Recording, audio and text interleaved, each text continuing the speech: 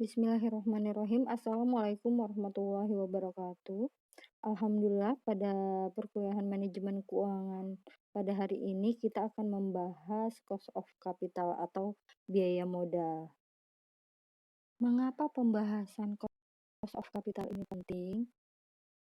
Suatu perusahaan dalam menjalankan bisnisnya tentu membutuhkan modal, sehingga perusahaan tersebut harus mengetahui bagaimana caranya perusahaan tersebut dalam memperoleh dana. Untuk apa? Untuk mencukupi kebutuhan modalnya. Nah, dana ini bisa kita peroleh dari berbagai macam sumber tentunya. Bisa dari pinjaman, investor, atau dengan menjual saham. Investor atau pemilik modal menginvestasikan dananya tentu dengan harapan dia akan mendapatkan keuntungan atau dia akan mendapatkan return. Nah, return ini dari sisi perusahaan merupakan biaya yang harus dikeluarkan karena perusahaan tersebut memperoleh modal atau dana. Secara definisi, modal atau capital ini adalah dana yang digunakan untuk membiayai pengadaan aset dan operasional suatu perusahaan. Nah, kalau di dalam laporan keuangan, kita bisa melihat modal itu di dalam sisi neraca, itu terdapat di sebelah kanan, yaitu ada hutang, ada dari saham, baik itu saham biasa, saham preferen, dan laba ditahan. Nah, secara definisi, cost of capital itu merupakan return yang dapat diharapkan oleh investor suatu perusahaan apabila mereka berinvestasi pada sekuritas-sekuritas yang memiliki tingkat resiko yang sebanding. Atau biaya modal ini juga sebagai tingkat pendapatan minimum yang disyaratkan oleh pemilik modal tadi. Ya, karena pemilik modal ini tentu tadi mengharapkan return gitu kan, yang sebanding dengan resikonya. Nah, dari sudut pandang perusahaan ini tadi yang memperoleh dana, tingkat pendapatan yang disyaratkan ini adalah sebagai biaya atas dana yang diperoleh perusahaan. Atau secara ringkas gitu kan, kita mengartikan cost of capital itu adalah biaya yang harus dikeluarkan atau biaya yang harus dibayar oleh suatu perusahaan untuk mendapatkan modal guna mendapatkan investasi perusahaan. Nah, pada umumnya ada dua sumber modal bagi perusahaan. Yang pertama itu sumber modal ini bisa dari hutang. Nah, seperti contohnya adalah pinjaman dari bank. Yang kedua yaitu sumber modal ini berasal dari ekuitas, yaitu bisa dari saham atau pemilik modal. Dalam perhitungannya gitu kan, untuk melihat biaya modal ini bisa kita lihat melalui komponen cost of capital. Jadi setiap komponen yang ada pada biaya modal itu sendiri. Nah, yang kedua yaitu kita bisa melihat melalui weighted average cost of capital atau biasa disingkat WACC ya. Nah, biaya modal dari perusahaan ini biasanya diukur dengan weighted average cost of capital. Nah, dengan mengukur WACC ini, kita bisa menghitung secara real cost of capitalnya pada suatu perusahaan. Nah, WACC ini dan resiko perusahaan tentu memiliki hubungan yang linier. Jadi, berarti perusahaan yang memiliki biaya modal yang tinggi atau weighted average cost of capitalnya tinggi, berarti perusahaan tersebut memiliki resiko yang tinggi pula. Jadi ini biasanya gitu kan, untuk mengukur resiko perusahaan kita bisa melihat dari weighted average cost of capital-nya. Perusahaan yang memiliki resiko tinggi untuk memperoleh modal pun menjadi semakin sulit, sehingga perusahaan harus mengorbankan yang lebih lagi untuk bisa mendapatkan modal berupa saham dan obligasi. Oleh sebab itu, biaya modalnya pun akan semakin tinggi. Nah, kita membahas komponen dari cost of capital ini. Biaya modal dari masing-masing jenis sumber dana tergantung pada jenis sumber dana yang digunakan perusahaan. Ada berbagai jenis yang biasa digunakan perusahaan, yaitu pertama sumber modalnya bisa dari saham biasa, saham istimewa, laba ditahan, ataupun dari hutang. Nah, dalam komponen cost of capital atau perhitungan biaya modal ini, kita bisa melihat dari setiap komponennya. Yang pertama, kita bisa melihat dari biaya modal pada saham biasa atau sering disingkat KE. Nah, ini bisa kita hitung melalui beberapa pendekatan.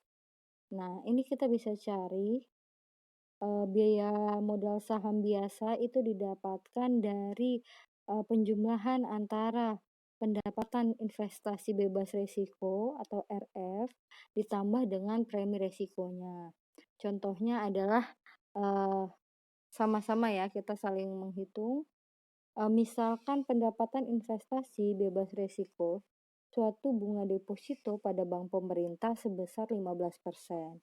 Nah, 15% ini apanya? Kan? RF-nya kan pendapatan investasi bebas risikonya.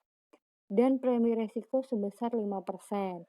Maka biaya modal saham biasa menjadi, tadi rumusnya apa gitu kan?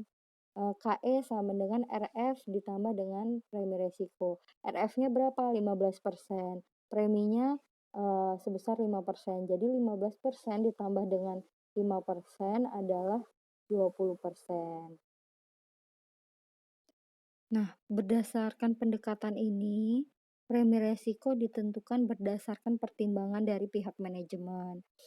Yang tentunya itu digunakan untuk mengambil keputusan. Dengan kata lain, pendekatan ini sifatnya adalah subjektif.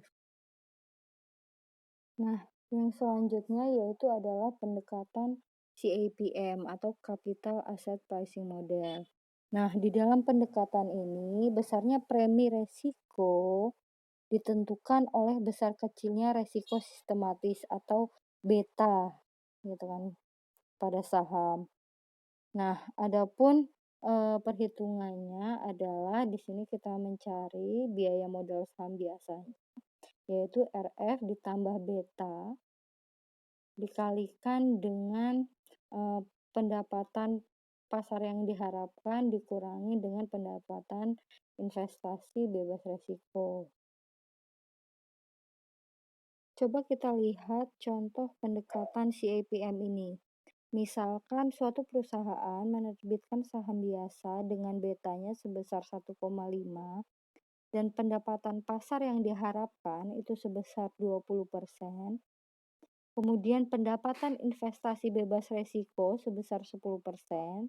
Dengan demikian biaya modal saham biasa adalah, coba kita hitung, masukkan.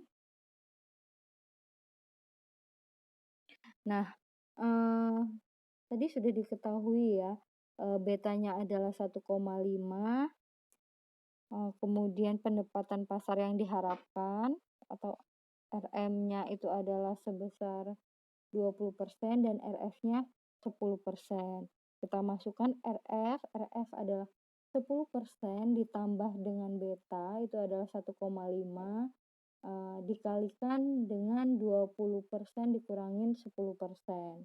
Nah, jadi 10% ditambah dengan 1,5 dikalikan dengan 10%, yaitu 10% ditambah dengan 15%, sehingga dihasilkan 25% biaya modal saham biasa ini dengan pendekatan CAPM.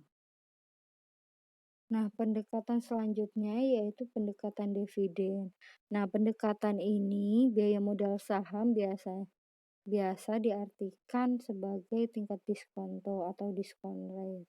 Nah, perhitungannya adalah karena kita melihat diskon rate gitu kan, kita melihat pada harga saham itu sendiri. Nah, untuk mencari P0, P0 ini adalah harga pasar saham sekarang.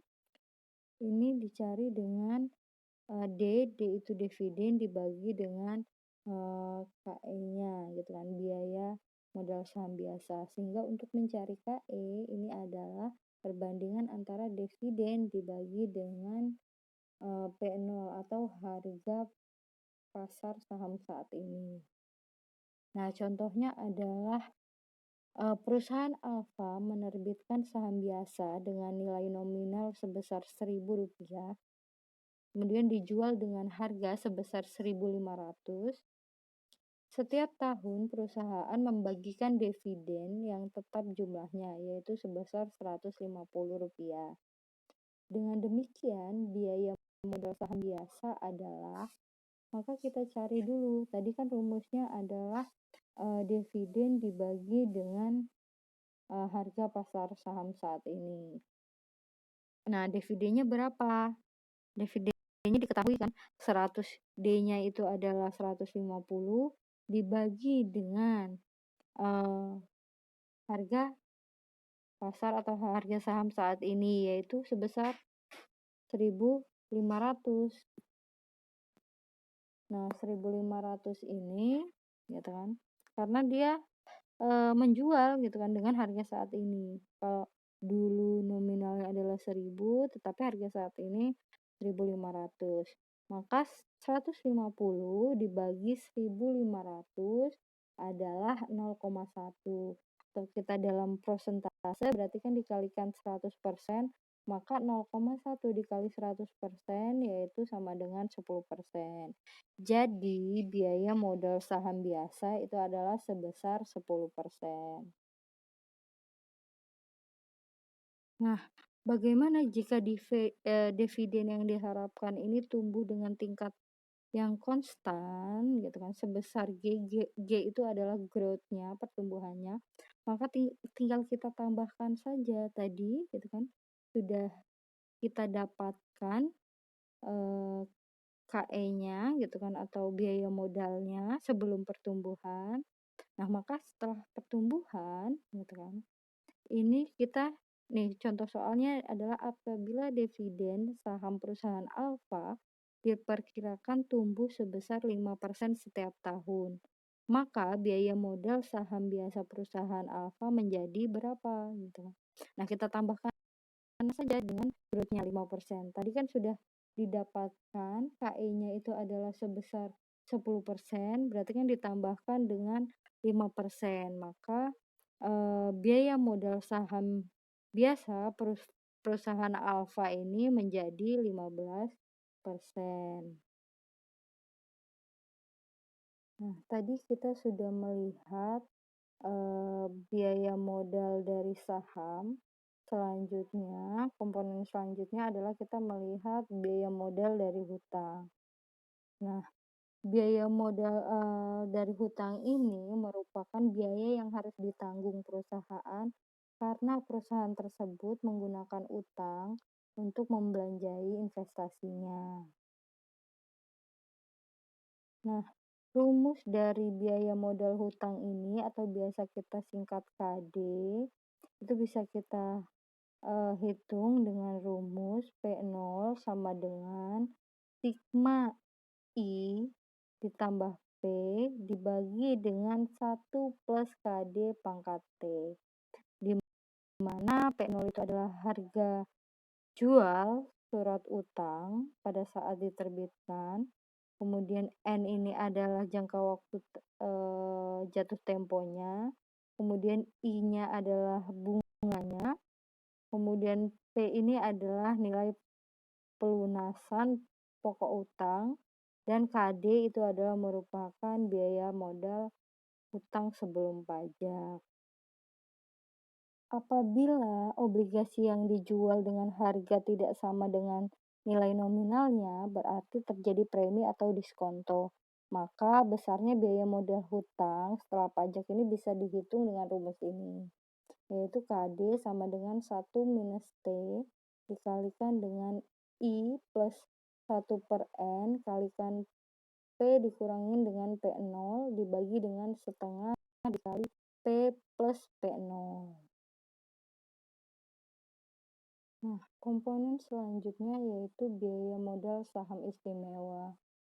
Nah, perhitungan besar kecilnya biaya modal saham istimewa ini bisa diukur dengan menggunakan rumus ini, yaitu KP. KP ini adalah biaya modal saham istimewa sama dengan D dividennya dibagi dengan P0 atau harga jual saham istimewa dikalikan dengan 100%. Contohnya adalah misalkan perusahaan beta menerbitkan saham istimewa dengan nilai nominal sebesar 2.000. Nah, di sini kan kita bisa melihat ya, nilai nominalnya adalah sebesar 2.000 dan dividen sebesar 20% dari nilai nominal. Nah, berarti dividennya berapa? 20% dari nilai nominal. 20% dikalikan dengan 2.000, yaitu Rp400. Nah, kemudian saham istimewa dijual dengan harga 4.000. Dengan demikian, biaya modal saham istimewa adalah sebesar KP-nya D. D-nya adalah berapa tadi? 400 kan? Dibagi dengan 4.000. 400 ini tadi ya, 20% dikalikan dengan 2.000 dibagikan dengan 4.000 dikalikan dengan 100%. Nah, 400 dibagi 4.000 itu adalah 0,1. Dikalikan 100% sama dengan 10%. Jadi, biaya modal saham istimewa adalah sebesar 10%. Biasanya suatu investasi tidak hanya dibelanjai dengan satu sumber dana aja, tapi menggunakan biasanya berbagai sumber dana atau biasanya dia mengkombinasikan antar sumber dana. Misalnya ada yang dari hutang, ada juga dari saham gitu. Jadi kan kombinasi tidak hanya satu sumber dana saja yang digunakan, sehingga kita perlu melihatnya atau menghitungnya dengan menggunakan model biaya modal rata-rata tertimbang atau weighted average cost of capital. Bagaimana cara mencarinya? Nah, cara mencarinya adalah setiap porsi gitu kan, porsi modalnya gitu kan, dikalikan dengan biaya setiap modalnya, yaitu yang sini porsi modal saham biasa dikalikan dengan KE. KE ini adalah biaya modal saham biasa. Kemudian porsi dari D ini adalah hutang, jumlah hutangnya. Kemudian dikalikan dengan biaya modal hutang dan porsi dari jumlah modal saham istimewa dikalikan dengan biaya saham istimewa. Nah, maksudnya dari porsi setiap masing-masing sumber dana ini maksudnya adalah misalnya ada 3 sumber dana kan di sini E, D, dan P, yaitu sumber dananya dari saham, kemudian saham biasa, hutang, dan saham istimewa. Nah, berapa sih porsinya gitu kan? Jumlah modal saham ini dari total jumlah dana yang diperoleh. Jadi E dibagi dengan total keseluruhan sumber dana. Nah, dalam marginal cost of capital ini berarti perusahaan yang telah menentukan struktur modal yang optimal. Ini misalnya kan sudah diketahui strukturnya. 30% hutang, 10% saham preferen, dan 60% saham biasa.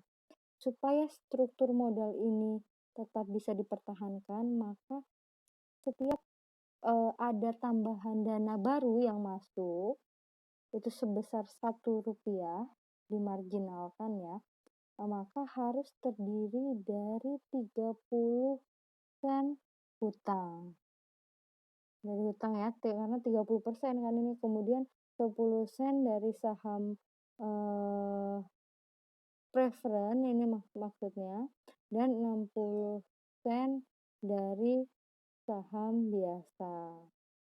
Nah, jika komponen cost of capitalnya tetap, maka biaya modal rata-rata tertimbangnya juga akan tetap sama. Besarnya biaya modal rata-rata tertimbang tidak akan bisa tetap dipertahankan. Nah, jika kebutuhan dana perusahaan di dalam suatu periode itu semakin besar, karena komponen cost of capitalnya juga akan semakin meningkat tentunya, karena kebutuhan dana tadi semakin besar, sesuai dengan hukum permintaan dan penawaran. Jadi, kalau kebutuhannya semakin besar, maka setiap komponen juga akan mengalami peningkatan. Tadi setiap komponen, berarti kan sumber dananya juga akan bertambah, meningkat. Nah, permasalahannya adalah kapan terjadi perubahan dari weighted average cost of capital ini. Kapan gitu. Jadi terjadi perubahan ini ketika komponen cost of capitalnya berubah. Kalau sama, maka tidak ada perubahan dari weighted average cost of capital. Tetapi kalau setiap komponennya ini berubah gitu kan. Nah, tadi ya, pertambahannya di sini tidak seperti marginal cost of capital, artinya ya akan pertambahannya sama gitu kan. Setiap pertambahan itu sama, setiap satu marginal bernilai 30 misalnya, seperti itu. Nah, kalau berbeda gitu kan, maka juga kan rata-ratanya berbeda. Contoh perhitungan dari average cost of capital ini yaitu anggap perusahaan merencanakan investasi sebesar 100 juta. Kebutuhan dana tersebut akan dibiayai dengan hutang sebesar 30%, kemudian saham istimewa 10%, dan modal sendiri sebesar 60%. Modal sendiri dapat dipenuhi dari dua sumber. Yang pertama yaitu laba ditahan dan penerbitan saham baru. Nah, biaya hutang setelah pajak adalah sebesar 66%. Saham istimewa sebesar 10% dan laba ditahan sebesar 15%.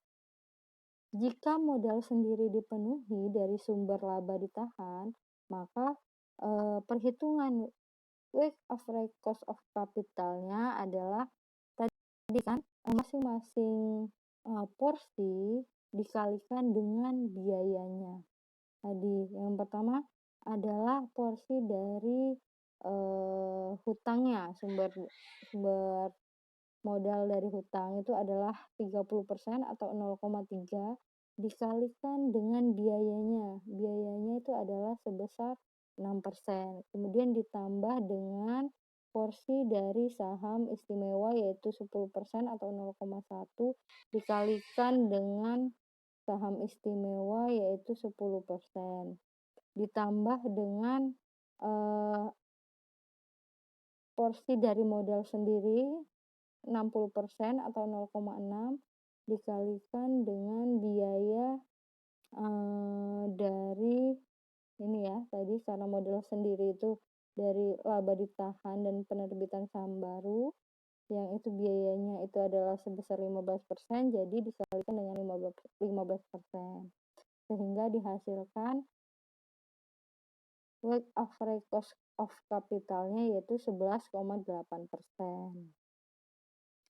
Nah, jika laba ditahan tidak cukup untuk memenuhi kebutuhan dana modal sendiri, maka perusahaan akan menerbitkan saham baru dengan biaya sebesar 16%.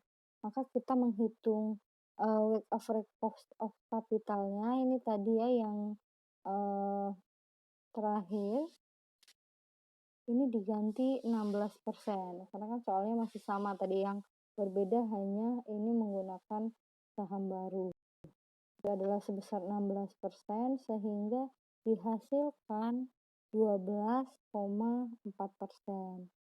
Nah, dengan demikian akan terjadi peningkatan weight average cost of capital-nya dari 11,8% menjadi 12,4%. Ya, tadi 11,8, kemudian selanjutnya gitu kan adalah 12,4%. Jadi mengalami peningkatan. Permasalahannya, berapa jumlah dana baru yang dapat diperoleh perusahaan sebelum melebihi laba ditahan yang dimiliki perusahaan dan memaksa perusahaan untuk menerbitkan saham biasa baru. Anggap perusahaan memperoleh laba sebesar 20 juta dan perusahaan menetapkan kebijakan membayar dividen sebesar 40% atau 8 juta dan laba ditahan itu sebesar 60% atau 12 juta. Nah, berapa banyak jumlah dana baru yang terdiri dari hutang, saham istimewa dan laba ditahan yaitu sebanyak 12 juta rupiah yang bisa diperoleh sebelum jumlah laba ditahan terlampaui dan memaksa perusahaan untuk menerbitkan saham biasa baru atau breakpoint. Nah, bagaimana cara mencarinya? Misalnya tadi kan yang ditanya X atau jumlah dana baru ini berapa banyak sih? Nah, kita notasikannya X atau breakpoint-nya itu berapa banyak. Dan porsinya dari laba ditahan kan 60% ya atau 0,6 dikalikan dengan X gitu kan jumlah dana baru ini yaitu sama dengan laba ditahan ini adalah 12 juta. Nah, maka menghitung X-nya itu dengan membandingkan antara retained earning atau laba ditahan sebesar 12 juta kemudian dengan equity fraction. Nah, berapa sih porsinya kan sebesar 60% kan?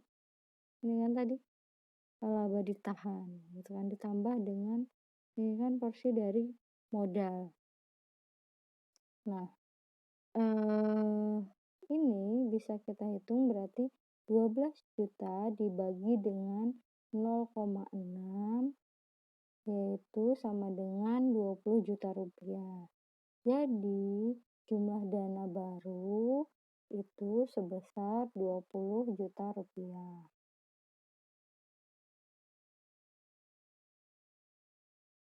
Nah, maka total dana yang dapat diperoleh perusahaan sebelum terjadi peningkatan weight average cost of capital adalah sebesar 20 juta rupiah. Yang terdiri dari tadi utang baru adalah sebesar 0,3 gitu kan, atau 20 juta dikalikan dengan 20 juta yaitu sebesar 6 juta. Saham istimewa 0,1 dikalikan 20 juta yaitu sebesar 2 juta. Laba ditahan 0,6 dikalikan dengan 20 juta atau 12 juta sehingga dihasilkan di total semuanya adalah 20 juta rupiah. Jika kebutuhan dana perusahaan lebih besar dari 20 juta, maka 60%-nya harus berupa modal sendiri yang diperoleh dari penerbitan saham baru dengan biaya modal sebesar 16%. Nah, sehingga weight average cost of capital-nya akan meningkat menjadi 12,4%.